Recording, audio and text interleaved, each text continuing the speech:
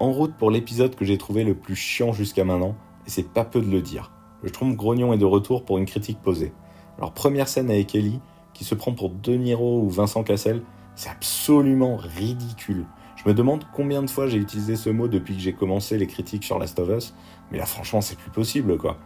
On la retrouve ensuite avec son livre de blagues qui était également présent dans le jeu vidéo, et pour le coup c'est sympa, on retrouve un peu justement la Ellie que l'on connaît. Vient ensuite une scène dans la voiture avec les magazines gays de Bill.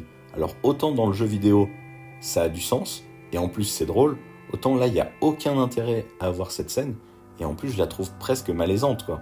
Dans le jeu, Ellie a rencontré Bill, et il se fout tout le temps sur la gueule. En plus, ça fait confirmer l'homosexualité de Bill dans le jeu, alors que là ça a aucun intérêt. Encore une fois, je pense que le réalisateur en fait a rien compris quoi.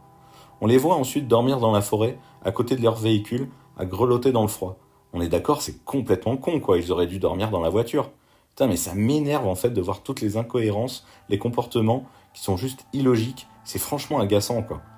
Ils peuvent alors se faire attaquer 1000 fois plus facilement et se faire limite piquer la bagnole.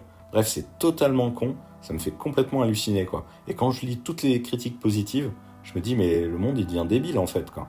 Alors ok, ça permet de mettre en avant Joël est sourd d'une oreille, génial, il y a 1000 façons de le montrer différemment quoi. Bon bref, vous allez voir, j'ai détesté cet épisode, je continue. Là, comme dans le jeu, ils vont se faire attaquer par des bandits avec un gars qui se fait passer pour quelqu'un ayant besoin d'aide, quoi. Alors, encore une fois, je vais comparer au jeu, mais il y a 15 fois moins de tension que dans cette série que dans le jeu, quoi.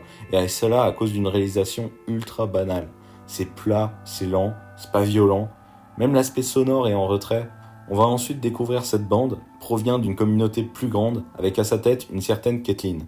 Alors là, clairement, faut voir la série en VO parce que la VF est abominable. On dirait une petite gamine qui parle, insupportable. C'est vraiment atroce, quoi. On peut voir également son bras droit avec des cheveux gominés, une grosse barbe qu'il a pris bien le temps de tailler.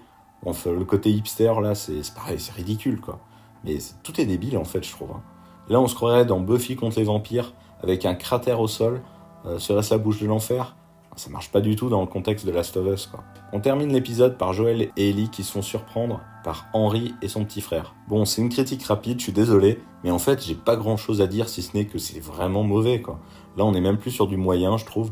C'est vraiment ennuyeux, c'est mal réalisé. Enfin, franchement, c'est vraiment le pire épisode et ça apporte pas grand chose. Bon, on va voir avec l'épisode 5 si c'est un peu meilleur.